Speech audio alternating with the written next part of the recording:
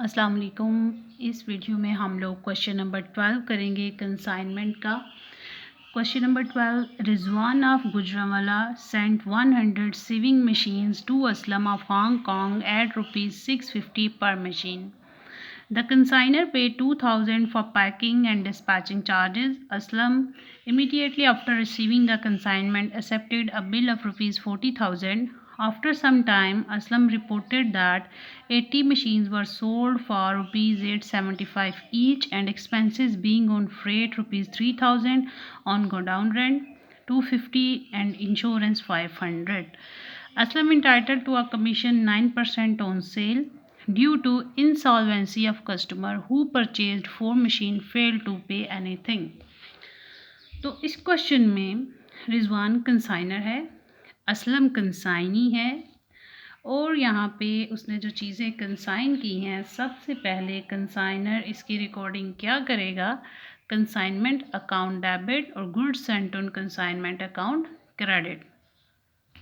तो it's mean के consignment की डेबिट साइड पे हम लोग लिखेंगे goods and on consignment account. फिर कंसाइनर डायरेक्ट एक्सपेंसेस पे कर रहा है 2,000 और इसकी कंसाइनर रिकॉर्डिंग अपने पास करता है कंसाइनमेंट अकाउंट डेबिट और कैश अकाउंट क्रेडिट, क्योंकि कंसाइनमेंट की वजह से उसका एक्सपेंस इंक्रीज़ हो रहा है। फिर असलम जो है, जो कि कंसाइनी है, उसने बिल एक्सेप्ट कर लिया। जब वो बिल एक्सेप्ट करता है तो वो अपने पास रिकॉर्डिंग करता है, कंसाइनर अकाउंट को डेबिट करता है और बिल पेबल को क्रेडिट, क्योंकि इसका मतलब है कि वो एग्री है कि वो ये अमाउंट पे करेगा। तो कंसाइनर इसको जब रिसीव करता है तो वो एंट्री करता है, बिल रिसीवेबल अकाउंट को डेबिट कर लेता है और कंसाइनी अकाउंट को क्रेडिट कर देता है। तो फिर इट्स मीन कि इसका कंसाइनमेंट के अकाउंट के साथ कोई ताल्लुक नहीं है। After some time Aslam reported that 80 machines were sold for ₹875. तो हमारे पास 100 में से 80 मशीन्स सेल हो गई हैं, कितने में, 875 पर मशीन प्राइस है। तो इसके ऊपर जो से एक्सपेंसेस पे करने पड़े हैं। अब देखिए यहाँ पे फ्रेट एक्सपेंस कंसाइनी भी पे कर रहा है, तो फ्रेट एक्सपेंसेस डायरेक्ट एक्सपेंसेस होते हैं। गोडाउन रेंट 250 है, इंश्योरेंस 500 है। ये तीनों हम टोटल करके लिखेंगे, लेकिन जब हम लोग अनसोल्ड स्टॉक निकालेंगे तो उसमें हमने इसका फैक्ट शो करना है। फिर हमारे पास Aslam is entitled to a commission 9% on sale. Aslam जो है वो 9% कमीशन सेल के ऊपर चार्ज करेगा और इंसॉल्वेंसी की वजह से 4 मशीनों की प्राइस वो पे करने में नाकाम रहा। तो क्या है कि अगर हमें ये बैड डेट्स क्रिएट हो जाते हैं। तो अगर हमें क्वेश्चन में दूसरी कमीशन डल क्रेडिट कमीशन अवेलेबल होती तो हम लोगों ने बैड डेट्स का रिकॉर्ड नहीं करना था, लेकिन यहाँ पे हमें जस्ट नॉर्मल कमीशन बताई गई है, डल क्रेडिट कमीशन नहीं है, सो हम इसको रिकॉर्ड करेंगे। तो चले हम इसका क्वेश्चन देखते हैं।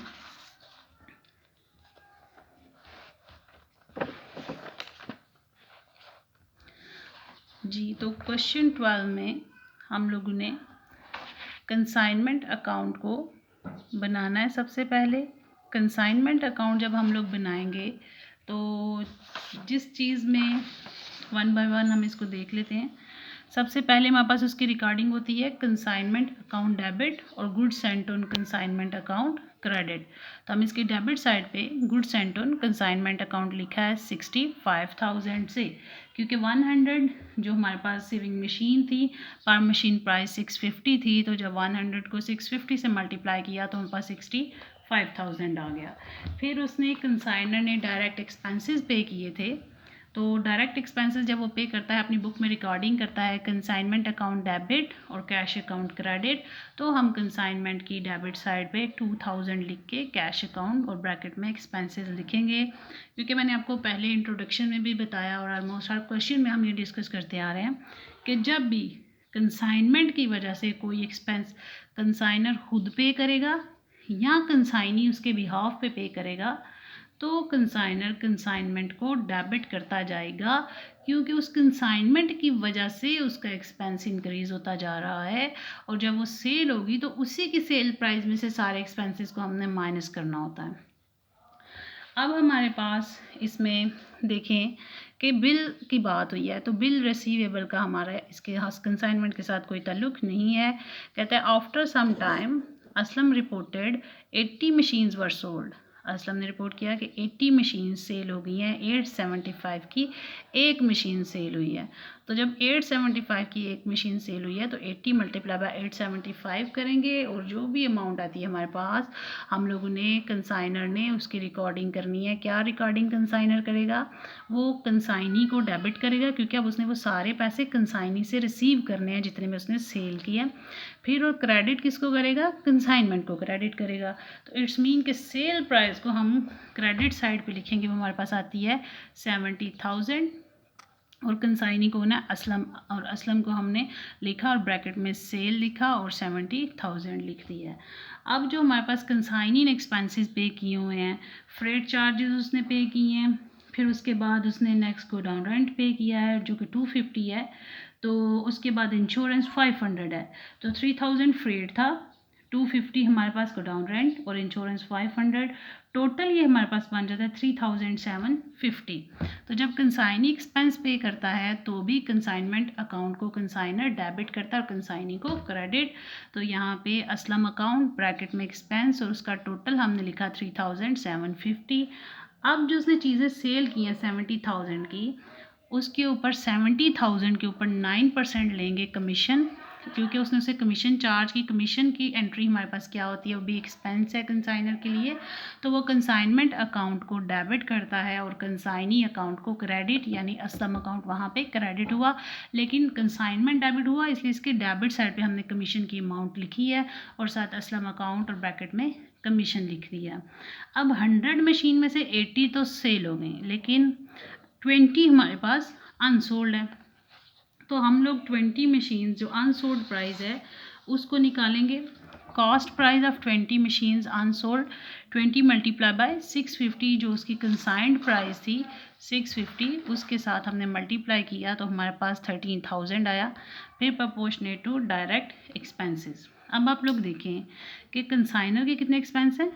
2000। कंसाइनी के जो 3000 फ्रेट चार्जेस थे, क्वेश्चन में देखें कि कंसाइनर के कितने डायरेक्ट एक्सपेंसेस कंसाइनर ने कितने पे किए हैं? 2000। अब कंसाइनी ने भी डायरेक्ट एक्सपेंस पे किए हैं, कौन से? फ्रेट, और फ्रेट की प्राइस क्या है? 3000। 3 + 2 टोटल कितने डायरेक्ट एक्सपेंस हो जाएंगे? 5000। तो जब भी कंसाइनर और कंसाइनर दोनों डायरेक्ट एक्सपेंस पे करते हैं तो उसको ऐड करते हैं। जब कंसाइनी इनडायरेक्ट एक्सपेंस पे करता है तो उसको इसमें ऐड नहीं किया जाता। तो जब यहाँ पे हमने उसका अनसोल्ड स्टॉक निकालना है तो उनको ऐड करके निकालना है, अगर कंसाइनी के डायरेक्ट एक्सपेंस मौजूद होंगे। तो इस क्वेश्चन में डायरेक्ट एक्सपेंस मौजूद थे, इसलिए हमने उसे ऐड किया। 5000 आया, divided by total number of cases multiply by unsold, तो मेरे पास 1000 आया, टोटल किया तो 14,000। अनसोल्ड स्टॉक की एंट्री कंसाइनर क्या करता है? Stock on consignment account debit और कंसाइनमेंट अकाउंट क्रेडिट, इसलिए कंसाइनमेंट अकाउंट क्रेडिट हुआ तो उसके क्रेडिट साइड पे 14,000 लिखा है, लेकिन कंसाइनमेंट का नाम यूज़ नहीं कर सकते उसके अकाउंट में, तो उसके बिहाफ पे जो चीज़ डेबिट हुई है आपने उसका नाम लिखा है स्टॉक ऑन कंसाइनमेंट। अब उसने क्वेश्चन में कहा था कि ड्यू टू इंसॉल्वेंसी 4 मशीन की प्राइस वो पे करने के काबिल नहीं है, उसने 4 मशीनों की प्राइस पे नहीं की है, वो इंसॉल्वेंट हो गया। It's mean bad debts create हो गए हैं। तो जब बैड डेट्स होते हैं फिर भी कंसाइनमेंट अकाउंट डेबिट हो जाता है और बैड डेट्स अकाउंट या फिर जो उसके साथ कंसाइनी है उसको हम लोग क्रेडिट कर देते हैं। तो यहाँ पे हमने कंसाइनी का नाम लिखा, ब्रैकेट में बैड डेट्स लिखे और 3500 उसकी प्राइस बन रही है। जो 4 मशीनें हमारे पास ख़राब हुई थी उसको हमने उसके साथ मल्टीप्लाई किया तो हमारे पास 3500 आता है, वो हमने लिख लिया। अब इसका टोटल करेंगे और उसमें से ये सारे एक्सपेंसेस को माइनस कर देंगे तो हमारे पास प्रॉफिट की अमाउंट आ जाती है।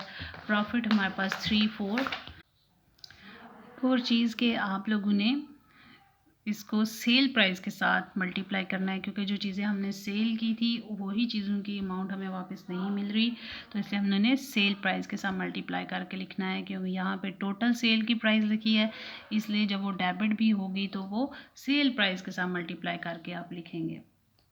अब हम लोगों ने कंसाइनी का अकाउंट बनाना है। कंसाइनी का अकाउंट बनाएंगे तो हमने क्या करना है, मिस्टर असलम हमारे पास कंसाइनी है। सबसे पहले क्वेश्चन में उसने बिल रिसीव किया, क्योंकि हमारे पास उसकी गुड्स एंड ऑन कंसाइनमेंट का उसके पास कोई रिकॉर्ड नहीं होता कंसाइनी के पास, ना ही उसने जो कंसाइनर ने डायरेक्ट एक्सपेंस पे किए हैं उसका कोई रिकॉर्ड कंसाइनी के पास होता है। तो फिर हमारे पास कौन सा रिकॉर्ड कंसाइनी के पास है, जो उसने बिल एक्सेप्ट किया।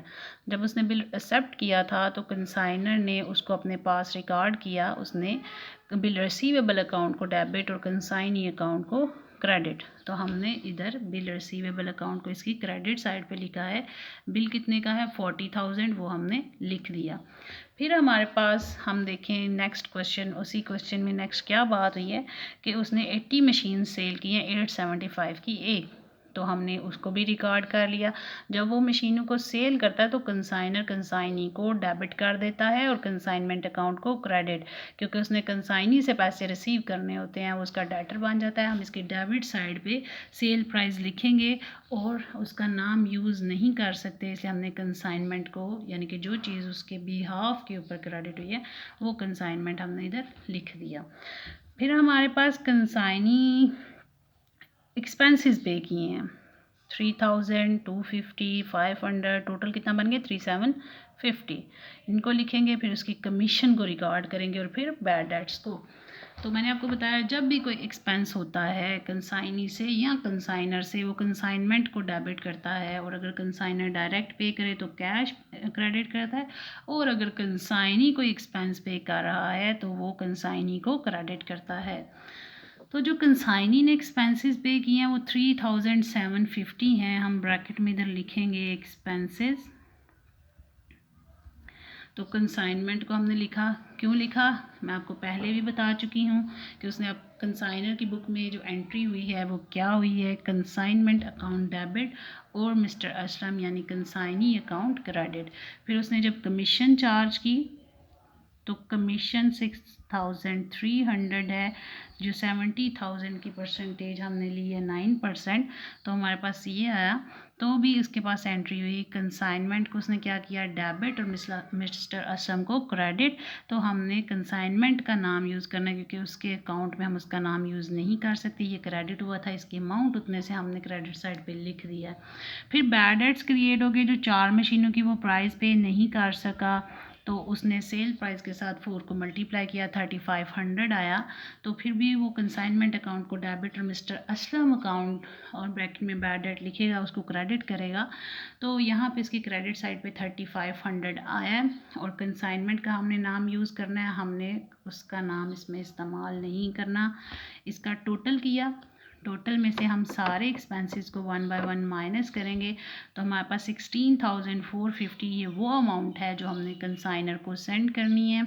कंसाइनर जो है वो इसको थ्रू कैश रिसीव करे या बैंक रिसीव करे, ये क्वेश्चन में वो लिख देते हैं, यहाँ पे नहीं लिखा, इसलिए हमने बैलेंस कैरी डाउन कर दिया। फिर गुड्स एंड ऑन कंसाइनमेंट का अकाउंट बनाना है। तो गुड्स एंड ऑन कंसाइनमेंट में क्या है कि जब हमारा अकाउंट क्लोज होता है, तो जब अकाउंट को क्लोज़ करते हैं तो ये ट्रेडिंग अकाउंट में जाके क्लोज़ होता है, इसलिए हमने जो फर्स्ट एंट्री हुई थी consignment account debit, goods and on consignment account credit, उसके बाद हमारे क्वेश्चन में कहीं भी गुड्स एंड ऑन कंसाइनमेंट का जिक्र नहीं आया था, इसलिए हमने इसके इस साइड पे, इसके क्रेडिट साइड पे, क्योंकि फर्स्ट एंट्री में goods and on consignment account credit हुआ, इसलिए हमने इसे क्रेडिट साइड पे लिखा है, लेकिन नाम हमने उसका यूज़ नहीं किया, नाम हम कंसाइनमेंट का यूज़ किया, क्योंकि कंसाइनमेंट उसके बिहाफ पे डेबिट हुआ है। अब ये क्लोज किस में होना है, ट्रेडिंग अकाउंट में, से ही बैलेंस इधर ट्रांसफ़र हुआ 65,000, वैसे ट्रेडिंग अकाउंट लिखा, और इसको हम लोग साथ मेंशन करेंगे कि ये बैलेंस कैरेट डाउन है, और क्योंकि ये इसमें क्लोज होता है ट्रेडिंग अकाउंट में, इसलिए हमने इसके साथ ट्रेडिंग अकाउंट लिखा है, और टोटल वही 65,000। तो ये हमारा क्वेश्चन 12 कंप्लीट होता है। और फिर आपको अगर इसमें कोई समझ नहीं आती तो आप लोग इसको डिस्कस कर सकते हैं। थैंक यू, अल्लाह हाफिज़।